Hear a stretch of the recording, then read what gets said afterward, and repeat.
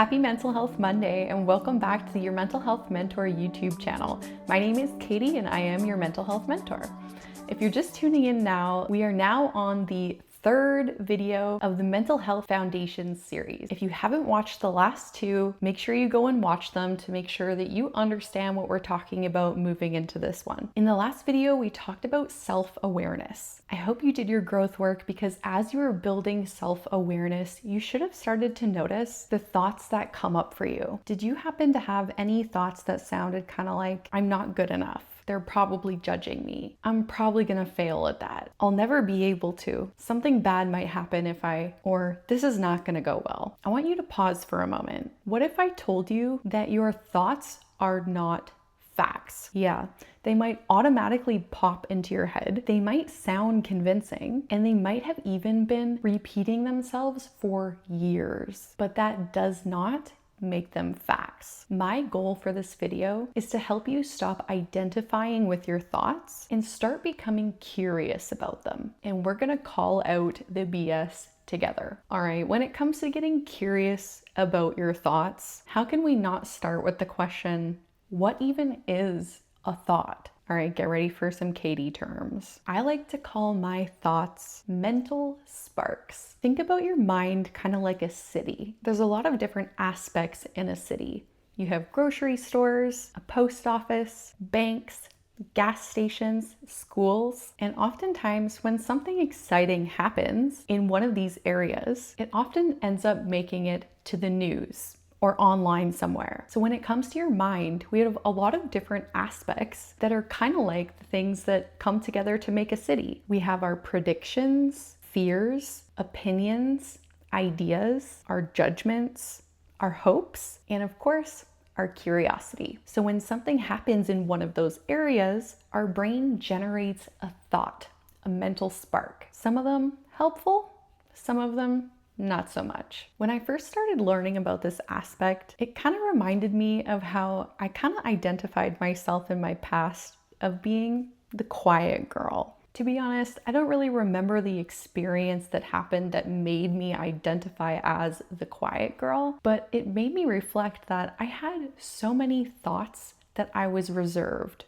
I was quiet. And for some reason, when I had those thoughts, I chose to just believe them. And eventually that ended up becoming my identity. So as I identified as the quiet girl, I began to have a lot of things in my life that made me show up as that quiet girl. It impacted my life. Whenever people would look at me or I was put on the spot to speak in front of people, my face would go bright red. And it wasn't until I stopped and actually questioned what was happening that I realized that it came from a judgmental thought. But then I realized this does not have to be my truth. What do you think? Do I seem like the quiet girl now? All right, in today's video, I'm gonna be throwing some numbers at you. First, I'm gonna tell you the 3 most common thinking traps so you can start to recognize them when they come up. And then I'm gonna be giving you my 5 reasons why thoughts feel so convincing. So you can start calling BS on your thoughts too. All right, let's dive in to the 3 most common thinking traps. Number 1, the all or nothing. Let me give you an example. You're learning to ride a bike and you fall off and get hurt. The all or nothing looks like, I'll never be able to ride a bike. For this thinking trap, I'm gonna use Jay Shetty as an example. If you don't know who he is, no worries. He's actually a former monk who found fame through sharing his wisdom on social media. Do you think that his first video went viral? Nope. He had to fail before finding success. The reason he is successful today is because he didn't label himself as a failure. It wasn't his truth, and it isn't yours either. The second most common thinking trap is mind reading. Okay, this one will be fun. I have a confession to make. I have a resting bleep face. If you saw me at a coffee shop looking at you like this, what do you assume that I'm thinking about you? Probably something judgmental. Side confession, I'm probably just thinking you're really pretty and I like your shoes. Just know You're guessing. You actually have no idea. So why not assume the best? Which brings us to number 3, conclusion jumping. This typically looks like assuming the worst case scenario. I'll give you an example. You work as a teacher and you've had a bad day. You were late to work, you graded a paper wrong, and you messed up a lesson. Thinking in the worst case scenario looks like, I'm gonna lose my job. A tip for catching yourself with this one is just to remember, be there for yourself like you would a friend. Tomorrow will probably be a better day. Okay, since we are curious souls here on the Your Mental Health Mentor channel, let's get curious about this. Why on earth do we just automatically believe these thoughts or mental sparks? Well, if I thought it, it must be true, right? No.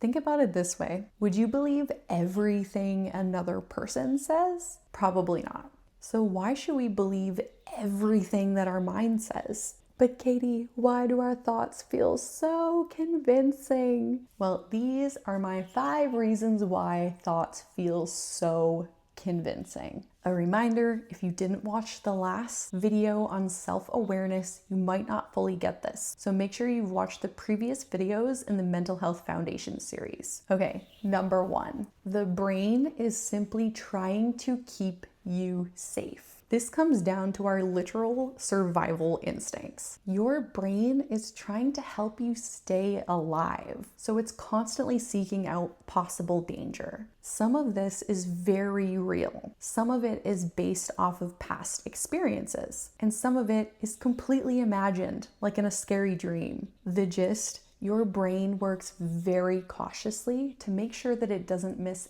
any possible danger. Number 2, your present thoughts can be shaped by past experiences. Similar to our bodies, our brains learn from experience. Just like how we can practice throwing a basketball into the hoop, the more we do it, the more familiar it feels. Then eventually we get good at it. Well, the same actually goes for our thought patterns. When a thought, idea, or phrase gets repeated enough, it becomes familiar, which makes it easier and easier for it to come up in your daily life. Let me give you an example. Let's say you grew up being told, you can't make any money being an artist. You have to get a real job. Then your present thought patterns could reflect that repeated experience, leading to thinking things like, I'm not a good enough artist to make any money, or I could never be a full-time artist, I'd be broke. To sum it up, past experiences can create present thoughts that then dictate your future. So that repetition over time is what makes our thought patterns feel so believable.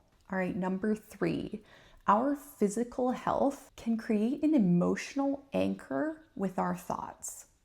Let me explain. How we feel physically can massively impact our emotional state. And when we have a strong enough emotion, it can make our thoughts feel so valid. I'll give you an example. Let's say you stayed up until 4 a.m. scrolling on social media when you had to be up at 7 a.m. for work. So you drag yourself out of bed, make yourself a coffee, grab a muffin, and you're out the door. So already to start your day, you're tired, you're dehydrated, you're undernourished, and you're stressed. You're probably not feeling very grounded right now. How do you think you're going to be feeling emotionally? Let's say when you get to work, you're going about your day and you get in a little argument with somebody, and then about an hour later, you receive an email from your boss wanting to meet. Let's think about what our thoughts are going to be saying. It could look like, oh, I'm so bad at my job. Why does this always happen to me? Or I'm gonna lose my job. Suddenly, our thoughts are feeling validated just because we didn't give our bodies what it needed. But what really changed? How you do your job hasn't changed. So it doesn't mean you're bad at your job all of a sudden. But what has changed is your physical state. And what that has done is trigger some emotions. So as you feel these emotions when you're having these thoughts,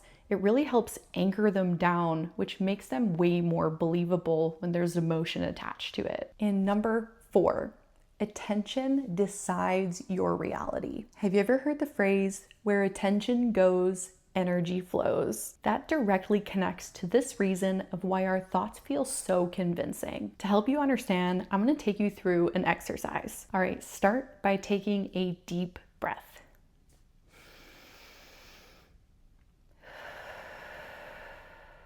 We really didn't need that. I just wanted to make you take a deep breath today. All right, seriously. Look around the room and count how many things that you see that is green.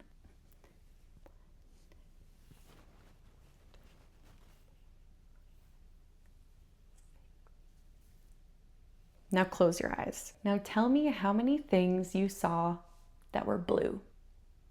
Can't answer, can you? Why? Because of where you put your attention. That is what decided on the information that your brain just collected. This is actually a mini intro into manifestation, something we're going to be talking about in future videos. For example, if your mind is focused on being sad, then it's going to seek out more sadness in your life. That makes your brain generate more thoughts around sadness. And where attention goes, energy flows. So you actually end up attracting more sadness in your life. Pretty crazy. Okay, and the fifth and final reason of why our thoughts feel so convincing is because your brain loves shortcuts. Remember earlier when I mentioned that through repetition comes patterns? Well, the brain actually eventually begins to rely on these patterns as a foundation for decision making. The brain doesn't analyze every situation from scratch. It uses these patterns to create shortcuts in order to make a conclusion or generate a thought. For example,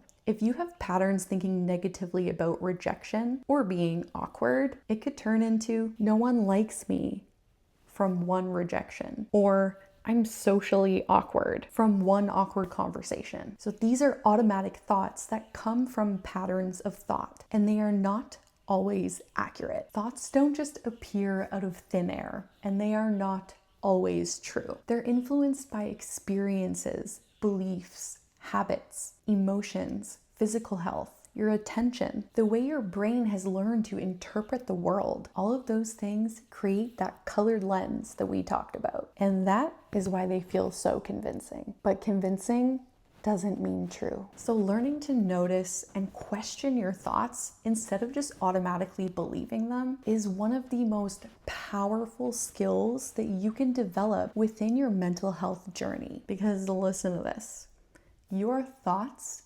influence your emotions. Your emotions influence your actions, and your actions shape your whole life. So since this is a very important skill to develop within your mental health journey, some growth work for this week to really help you solidify these ideas in your life. Now, I gotta remind you, there are 3 types of people out there. The first type is not even going to do any of this and show up to next week's video expecting to have all the growth, but you're not going to get it that way. There is the second group of people that is going to kind of half pay attention to these questions, half think about it throughout the week, and not put their full efforts in. And then there is the third type of person, my people like me, who know that pouring your energy into this work, keeping it in your attention throughout the week, is going to massively help you grow. And that's what we're here for. So be a type 3 person like me and make sure you do the growth work for this week before next week's video. All right, this is what I want you to do. This week, use your self-awareness to catch yourself thinking, not to change it or to judge it, but to challenge it. Get curious. Use a journal or even the notes on your phone to write down the thought that you noticed, and then ask yourself this question: is this a fact? Or is this a thought? If you can practice this throughout the week, this is going to give you so much leverage moving forward in the Mental Health Foundation series. And I want to see you grow, evolve, and be happy. So please drop your aha moments in the comments below, or DM me your takeaways from the growth work throughout the week at Your Mental Health Mentor on Instagram. I'm so grateful that you're choosing to grow with me. My name is Katie. I'm your mental health mentor, and I will see you next Mental Health Monday.